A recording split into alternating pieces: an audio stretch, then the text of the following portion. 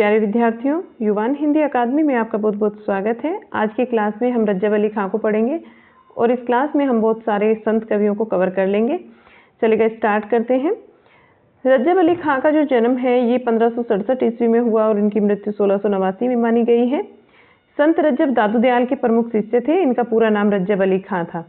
गुरु के प्रति इनकी अनन्य श्रद्धा थी। दादू दयाल की समग्र रचनाएं अंगवधू शीर्षक में मिलती हैं और इस अंगवधू शीर्षक का इन्होंने संकलन किया था रज्जब अली खां जी ने।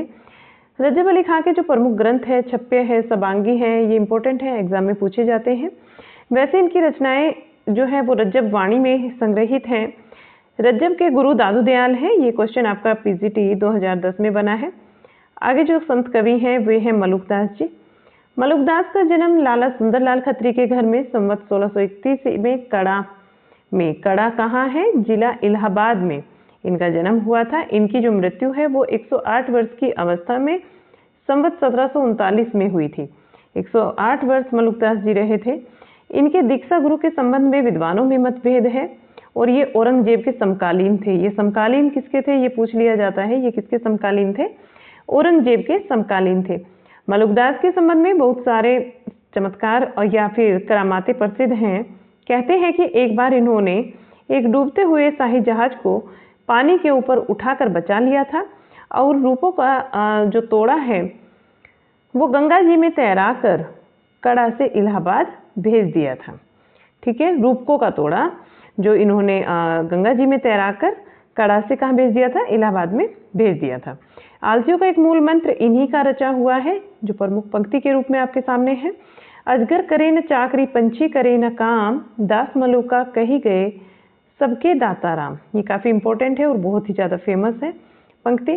मलुकदास जी ने अवधी और ब्रज दोनों में ही काव्य रचना की है। अवधी और ब्रज दोनों ही भाषाओं में इन्होंने क्या की है? काव्य रचना की है। इनके कुछ प्रमुख ग्रंथ हैं जिसमें बोध ज्ञान, रतन खान, भक्त वाछावली, भक्ति विवेक, ज्ञान प्रोची, 12 खड़ी, राम अवतार लीला, ब्रज लीला तथा ध्रुव चरित्र, विभव विभूति, सुख सागर और स्फुट पद ये प्रमुख हैं।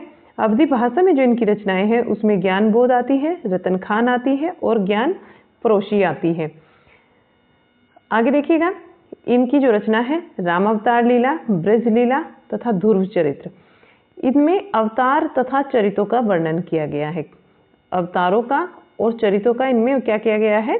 वर्णन किया गया है। तथा इनकी जो ज्ञान बोध है, ज्ञान प्रोची है, विभव विभूति है, रतन खान है, इन रचनाओं में मलुकदास ने योग ज्ञान, निर्गुण भक्ति, वैराग्य आदि का गहन विषयों पर प्रकाश डाला है। आदि के जो है गहन विषयों पर इनके प्रकाश को डाला है, यानी कि बहुत ही ज्यादा गंभीरता के साथ इनका अध्ययन किया है या फिर इनकी रचना की है। आप ऐसे लिख लीजिएगा, इनकी रचना जो है बहुत ही ज्यादा गहराई में जाकर की है।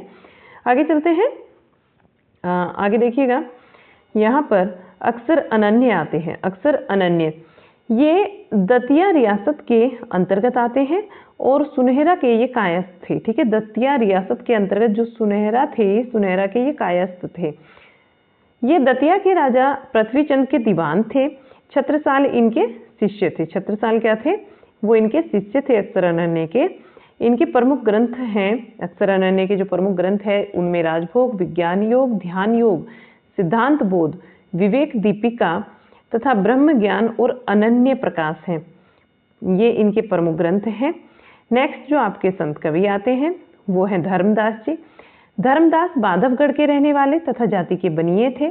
बाल्यावस्था में ही इनके हृदय में भक्ति का अंकुर था तथा साधुओं का सत्संग और दर्शन, पूजन, तीर्थाटन आदि ये किया करते थे। एक बार कबीर से इनका साक्षात्कार हुआ। उन दिनों में संत समाज में कबीर की पूरी प्रसिद्धि हो चुकी थी। कबीर के मुख से मूर्ति पूजा, तीर्थाटन और देव पूजन आदि का खंडन सुनकर इनका झुकाव भी निर्गुण संत मत की ओर हो गया था। अतः वे कबीर से प्रभावित होकर निर्गुण ब्रह्म के उपासक भी बन गए थे। कौन बन गए थे? धर्मदास की बात हो रही है तो धर्मदास जी बन गए थे। आगे देखिएगा, ये कबीर के प्रधान शिष्य थे। क्या थे? कबीर के प्रधान शिष्य थे, यानी कि उनके शिष्यों में ये उनके सबसे फेवरेट शिष्य थे। कबीर की मृत्यु के बाद उनकी जो गद्दी थी कबीरदास जी की, वो इन्हीं को मिली थी। कबीर के शिष्यों में शिष्य होने पर धर्मदास जी ने अपनी सारी संपत्ति जो कि बहुत अधिक थी, वो सारी की सारी ऐसे ही लुटा दी थी, यानी कि उसको सबको दान कर दिया था, उसका कुछ भी इन्होंने अपने आप से भोग नहीं किया।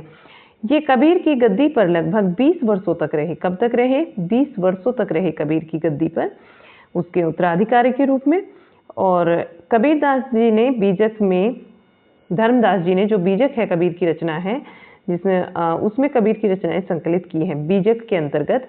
बीजक की रचना किसने की है? धर्मदास जी ने की है, इनके शिष्य ने कबीरदास जी के। और इसमें बीजक में किसकी रचनाओं का संकलन किया है? तो कबीरदास जी की रचनाओं को इन्होंने संकलित किया है। धर्मदास की अपनी प्रमुख जो रचना है वो सुख निधान है। क्या है? सुख निधान है इनकी अपनी रचना, सुख निधान। इनकी रचनाएं धनी धर्मदास की वाणी में संकलित है। किस नाम से संकलित है? धनी धर्मदास की वाणी। नेक्स्ट आते हैं सेन या फिर सेना या सेन, आप किसी भी नाम से इनको जान सकते हैं। इनके गुरु का नाम रामानंद था।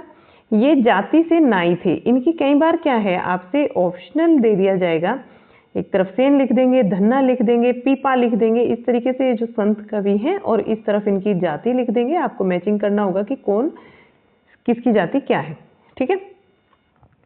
तो ये आप याद रखिएगा, सेन या फिर सेना के विषय में आप इनका नाम कोई भी हो सकता है। इनका जो गुरु थे इनके रामानंद थे, सेन के नाम से जाना जाता है वैसे इन्हें, ये याद रखिएगा।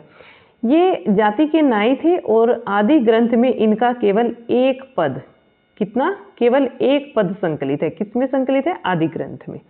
नेक्स्ट है संत धन्ना। संत धन्ना के विषय में जानिएगा। ये रामानंद जी के शिष्य थे। इनके गुरु कौन थे? रामानंद थे। और ये जाति के जाट थे, जाट जाति से थे। आदि ग्रंथ में इनके 4 पद संकलित हैं। कितने हैं भाई? संत धन्ना के 4 पद संकलित हैं। संत पीपा, पीपा ये इनके गुरु का नाम भी रामानंद था। और संत पीपा क्या थे? राजपूत थे। इनकी रचनाएं उपलब्ध नहीं हैं। आपने यहाँ देखा। अब आज जो है हमने ये सारे संत कवि जितने हमारे बचे हुए थे ये कवर कर लिए। कल के क्लास में हम पढ़ेंगे सिख गुरुओं की भक्ति। सिख गुरुओं की भक्ति में बहुत सारे सिख गुरु आएंगे आपके, जो आपको यही संत साहित्य के अंतर्गत पढ़ने हैं। उनमें आपका गुरु नानक आ जाएंगे, गुरु गोविंद सिंह, गुरु अर्जुन देव, शेख फरीद, फिर पलटू दास, तुलसी साहब और निपट निरंजन स्वामी, बाबरी साहिबा आपको पढ़ना है, संत सींगा, जम्बदास और हरिदास निरंजनी, ये आपको कवर करने हैं। मैं पूरी कोशिश करूंगी कि आपका एक ही क्लास बनाऊं, और अगर एक क्लास मुझे लगा कि थोड़ा लंबा हो जाएगा तो मैं 2 क्लास में इसको कवर कर लूंगी। देन हम करेंगे सूफी काव्यधारा को, ठीक है। आज का क्लास आपका यहीं पर समाप्त होगा, तो फिर हम आपसे एक नेक्स्ट क्लास में मिलेंगे। उम्मीद करूंगी आप अपने नोट्स को प्रिपेयर कर रहे होंगे बहुत ही अच्छे से। क्लास को ज़्यादा से ज़्यादा लाइक और शेयर किया कीजिए। चैनल पर हमारे प्लेलिस्ट बनी हुई है। सुबह 8 बजे आपका साहित्य का क्लास होता है, 2 बजे दोपहर मंडे ट्यूसडे वेडनेसडे को आपका व्याकरण होता है, हिंदी व्याकरण, और फिर थर्सडे फ्राइडे सैटरडे में आपका हिंदी संस्कृत साहित्य होता है, ठीक है। तो ये 3 सब्जेक्ट आपके कवर हो रहे हैं एक साथ, और कोशिश करूंगी मैं अभी कुछ ही दिनों में जल्द ही यानी स्टार्ट कर दूंगी आपके क्वेश्चंस का क्लास। एक क्वेश्चंस रखेंगे हम जिसमें आपका प्रीवियस ईयर होगा, वो कब से स्टार्ट होगा वो मैं आपको जल्दी बता दूंगी।